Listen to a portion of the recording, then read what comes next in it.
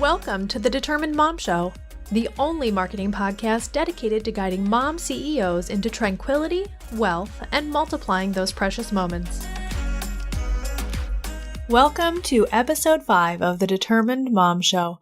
This is Amanda Tento, and I am your host. And we are going to dive in today to a question that I think faces a lot of moms, but it's going to be why outsourcing your social might be the best thing that you've ever done for your business. So let's go ahead and get started talking about that. I want to start by saying that I've done lots of research into what moms like you have struggled the most with their marketing. So everyone, and I would say about 90% of all of the people that I've talked to always say that social media is the biggest struggle. Some of the things people struggle with is knowing what to post, knowing where to post it, knowing what time to post it, how to grow your audience, and there's many more, but those are the top 4 things that people generally struggle with as far as social media goes. And I think it's important to know that every platform has its individual quirks, its better time, its worse time to post, all of those things. So knowing each particular platform is important because YouTube is different than Facebook, is different than LinkedIn and Instagram and Pinterest and Twitter and Snapchat. They're all so different. And all of them are amazing because they give you the option of marketing your business for free, mostly if you do organic marketing, and they all connect you with your audience. But how do you know which one is the right one for you? So I am here today to share all of those things with you and let you know why outsourcing social media, which is often the biggest problem for people, can turn your business around. So let me get started by asking you a question. How much time do you spend per week agonizing over your social media posts? Often the answer is a lot, but maybe you're not even doing that. Maybe you're not even posting and you've had a couple of months where you've actually kind of slacked off in that area. I know I am currently guilty of that because I do a lot of social posting for my clients, and my rebrand has been causing me to not post as much because I'm kind of trying to refocus the direction of my business. So it's okay to take a step back and not post for a while if you need to. And maybe you're in that same phase that I'm in. That's okay too. So sometimes we can also get so overwhelmed with social media that we don't even post at all. Maybe you're just like, I don't even care, like too much, too soon, too whatever. There's just too much of it, which is fine too, but don't let yourself feel guilty about it, whatever situation you're in. There is an answer, and you are not alone in feeling the way that you do. There are so many other mompreneurs out there that are feeling the same way that you are. So today, I'm going to let you know how or what it would take to hire a social media manager and let you know exactly what a social media manager does and also how hiring one can make your business boom. So, social media in general is an amazing tool that we have never been in a better time to own and market a business. I mean, you think about 20 years ago, you'd have to have an ad in the yellow pages, and those were expensive. And you'd have to, if you really, really, really wanted to connect with your audience, you'd have to spend money on a television commercial or a radio ad or a newspaper ad or a magazine ad or anything like that. But we're in a time where people literally have a computer in their pocket. So every one of us, almost every one of us, I know my stepdad doesn't have a phone, and some other people don't have phones, and my mom doesn't have social media. But typically you're in people's pockets. So it depends on who your audience is, but you can basically pop up on any feed that your target audience is on, like you're on Facebook, your post pops up, you're on Twitter, your tweet pops up. I mean, there's just, you can be in someone's face at any given moment in their day and for free. That's amazing.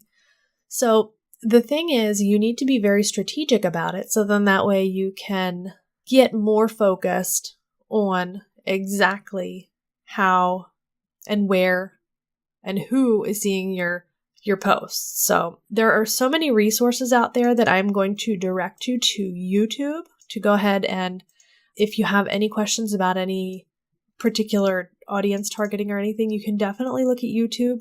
There are also websites out there dedicated to teaching you how to do social. And of course, I will also be a resource for you to help guide you through that process as well. So for social media posting, I actually use Buffer because I really like that it allows you to post to LinkedIn. It also allows you to post to Pinterest. It allows you to post to Facebook groups as well. And it also allows you to directly post to Instagram. So you don't have to do that extra manual step that is in a lot of social media schedulers. So I definitely recommend that you get a social media scheduler. I think my Buffer account has, I do believe, 8 different outlets that I can post in daily.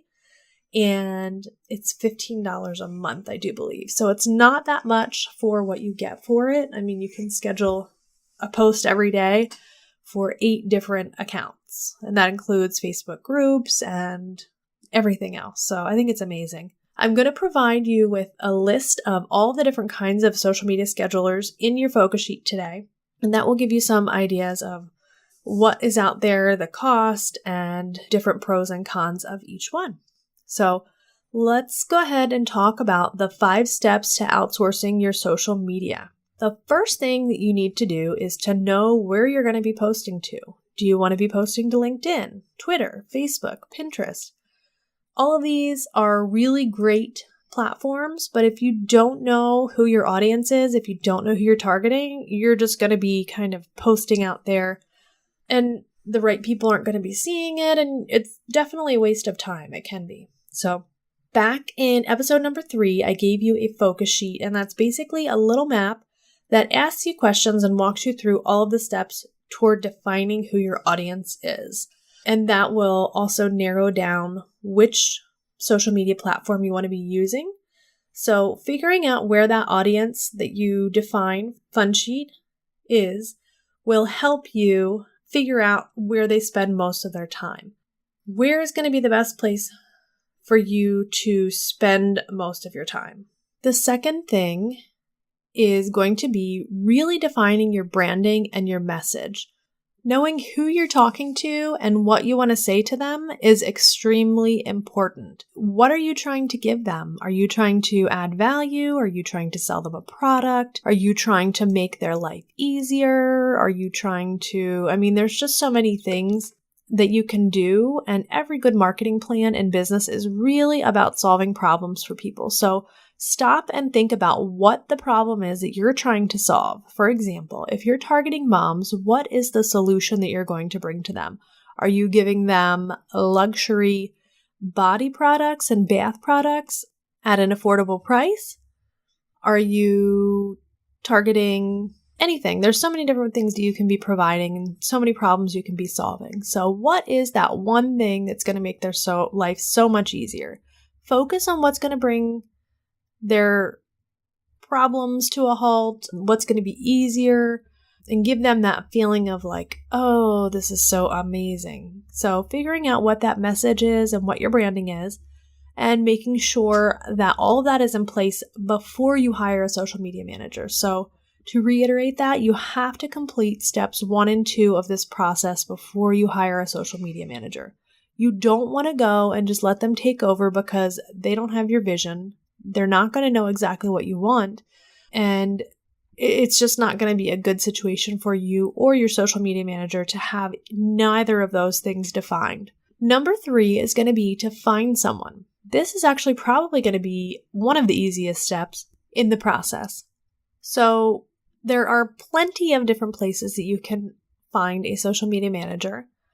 I'm going to give you some tips on where to find them. There is Facebook groups that are specifically for social media management. You can also look in virtual assistant groups on Facebook. There are plenty of social media managers that hang out there. You can actually just Google social media manager or how to hire a social media manager. You could Google social media manager pricing, then you will find them come up as well. You could Google Facebook manager, Pinterest manager, whatever type of manager you're looking for. Maybe you're looking for someone to help you grow your LinkedIn. You can do LinkedIn growth specialist or whatever it might be. So just put that in Google and see what comes up. There are also general social media management. You might be able to find something by doing that in your search as well. One thing that I do highly suggest when you do go to this third step of hiring someone is to prepare a Google form or a Jot form or something like that, kind of as an application to get some background information from that person, get some examples of accounts they currently manage. There's just literally so many things that you can ask them. But one thing that I always love to do in my applications is to ask some sort of difficult scenario or difficult question of like, what would you do if this happened? So give them a tough situation and you could say, what would you do if one of my posts stopped posting for a few days? Like, how would we make that up? What would you do if you got locked out of the Facebook account? What are the next steps? What would you do if a client sent a message and we never saw it? How would you manage the inbox? There's just a lot of different questions that you can ask them and make sure that you're hiring the right people that can solve those questions without necessarily needing to consult you. And make sure that they also understand your brand expectations. And then that way, there's always a clear communication of what is expected. So the fourth step is actually going to be the interview process, making sure that you have great rapport with someone, asking for samples of their work and links to accounts they manage. Some social media managers, and I do some of this as well, will white label their services. So what that means is that they actually provide social media management services for another marketing company. So they might be working for them and they might not be able to provide you, with direct contact to that client because it might be not be their client, but they could provide you at least with links to the account. And then that way you can check and see if you like their work. Another thing that you want to check in the interview process is their grammar good? I would highly suggest making sure that you're hiring someone that is native to the language that you're working in. However, there can be definite exceptions to this if someone has a great grasp of the English language or whatever language you're seeking. I know in Australia they use different terms, and in Britain they use different terms, and in America they use different terms. So considering all of those things, making sure that you have someone that is privy to those terms for your particular dialect of whatever language you're choosing. So one thing you want to do is also make sure when you're looking at the accounts they do manage, if you were that business owner, would you be satisfied with what they're doing? Do you see engagement on the posts? You want to look at those kind of things. Looking at the number of followers can and can't be a good indication of that particular account. They may have only been managing that account for a month. You're not sure. They may have been managing it for years and there's no engagement or some engagement, or maybe they have 10,000 followers on that account or 10,000 likes. Those things are not really important in the scheme of things. You just really want to focus on, are they posting engaging questions, engaging things for these businesses to have their clients interacting? So the fifth and final step is going to be to hire them for a trial period. I would say maybe 30 days or maybe even as little as 2 weeks. If you want to post a lot and you want to see how they do, this is a great way to do it. It's very important also to remember that nothing is undoable. So you can always cancel the contract and definitely make sure you have a contract, first of all. I see so many instances, and I'm a huge advocate for contracts, where things happen and people don't fulfill their contracts and things like that. So be sure that you have a contract in place and that you have an expectation of when all of the work will be done.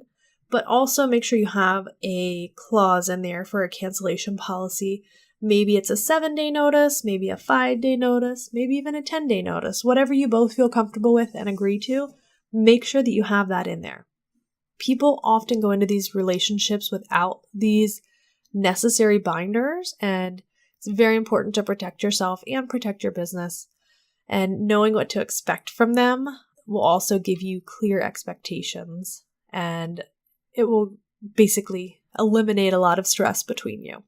So now you've hired your first social media manager imagine this. How much time do you now have back to either focus on your business or focus on growth? It is going to be amazing for you.